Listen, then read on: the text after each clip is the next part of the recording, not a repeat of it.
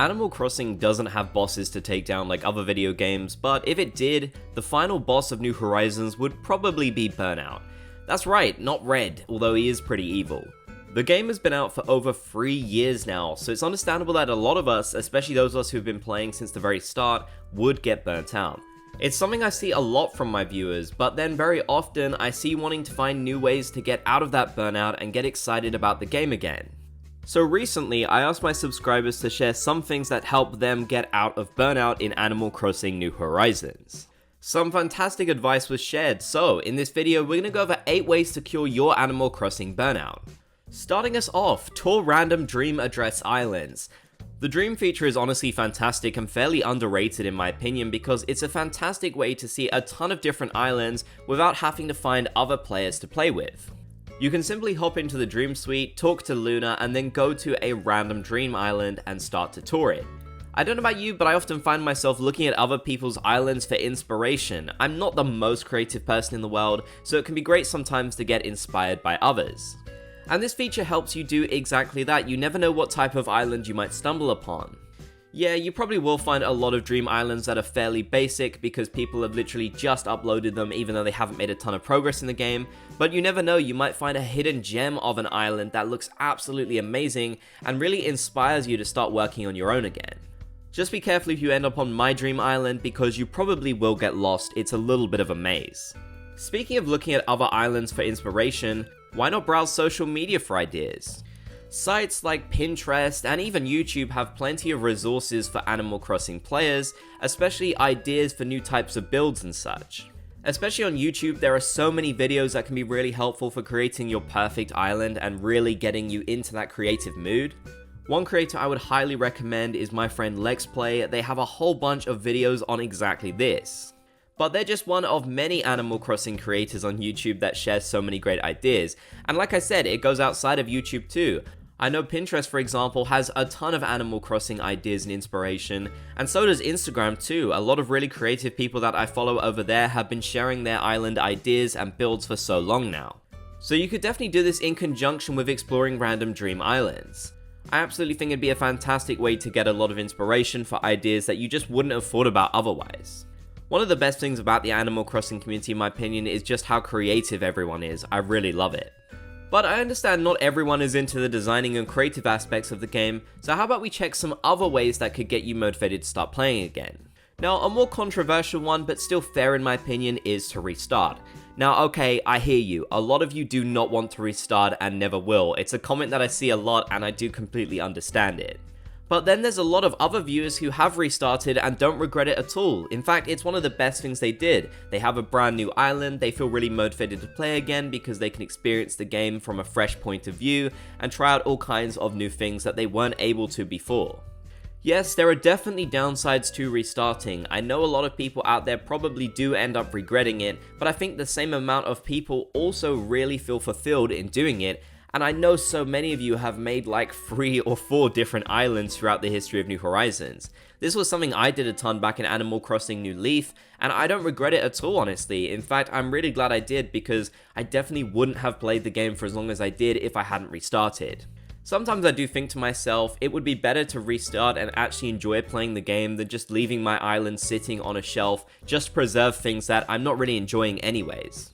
But on the other hand, I do love my island so much, I don't think I could bear to ever restart it. So there are definitely 2 sides to this argument, I feel. But if you don't want to restart, there is another way that you could kind of experience the game from fresh again, just not as much as you would if you restarted. This is flattening your island, and it's a really popular way of beginning anew without losing all your progress. If you've ever been on the fence about restarting, I would definitely consider doing this first, although I will say, flattening your island can be one of the most tedious experiences in a video game that I have ever experienced. That's not to say I don't think it's worth it. I know a lot of people have flattened their islands and they're really happy they've done so because they've been able to create something amazing out of it. You could find yourself trying out a completely new theme that you've never done before. You could find yourself getting new villagers, just changing everything up. And I think given that we spend so much time on our islands, being able to find ways to make it feel fresh again is really important.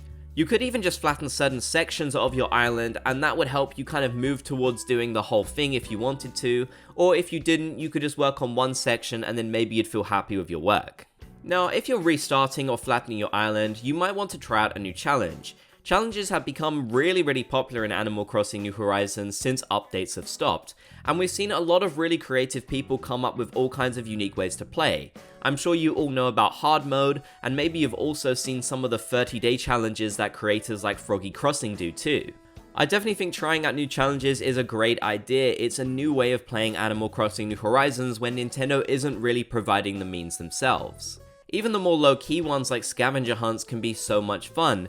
And while certain challenges might not keep your attention forever, I definitely think that all these different challenges are worth trying out to find out which one you enjoy the most. You never know, it might become your absolute favorite way of playing Animal Crossing, and you just won't be able to imagine yourself playing it any other way after doing a challenge. I've actually been thinking about doing a New Leaf challenge, where I'd basically play Animal Crossing New Horizons but with some of the limitations from New Leaf, like no terraforming and only using certain items that matched up with the public work projects from that game. So keep an eye out on my future live streams for that challenge because it's definitely something I'm considering doing. A more simple way of playing Animal Crossing New Horizons and getting motivated could just be to do all of your dailies every single day. Set yourself some goals and just try and focus on those. A lot of people find it really relaxing just digging up all their fossils, watering all their flowers, going around their island doing the basic things that a lot of us might take for granted. Even if it just helps you log into Animal Crossing every morning for like 1 hour or even half an hour, I still think that's fantastic. And you'll have something to be excited about each and every day, which is honestly really nice. Now, we spoke about touring other people's islands in the Dream feature, but why not tour your own island? You could even do this in conjunction with the dailies. When you're going around your own island, you might find yourself seeing certain areas that you don't really like, or areas that you really do like and could motivate you into wanting to do even more like that. Sometimes we can be our own biggest inspiration, which I think is fantastic. I've definitely been looking around my island Kokomo quite a lot lately and thinking, I could definitely change that and improve that, so that might be something that I focus on a lot in 2023. And whilst you're there, why not consider changing your island theme? Island themes and cores have become a big part of Animal Crossing New Horizons, and I'm sure a lot of you have a specific island theme. But why not completely change it up? Maybe you're a farm core island currently, why not consider becoming like a city themed island, something completely different? There are so many cool items in the game that can help you really go with certain themes, so I feel like this could be one of the best ways to really change up your island and feel excited about playing again. There's nothing like a big project that gets us into playing a lot more of this game. We all know those ones where we feel like we've taken on way too much work, but it's still really exciting. So hopefully these tips can help cure your burnout in Animal Crossing New Horizons.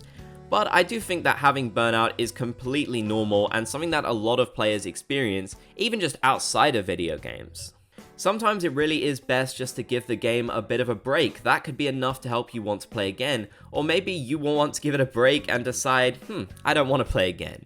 Either way, I don't think it hurts to try out some of these ideas which could get you motivated to play again if that's something that you do want to do. And I do appreciate all my subscribers sending these tips over, because personally it's actually helping me a lot to feel excited about playing New Horizons again. But let me know your thoughts down in the comment section below. If you made it to the end of the video, be sure to comment Bob's Gang down below so I know you did. If you enjoyed, be sure to leave a like, and if you haven't already, consider subscribing and turning on notifications for more.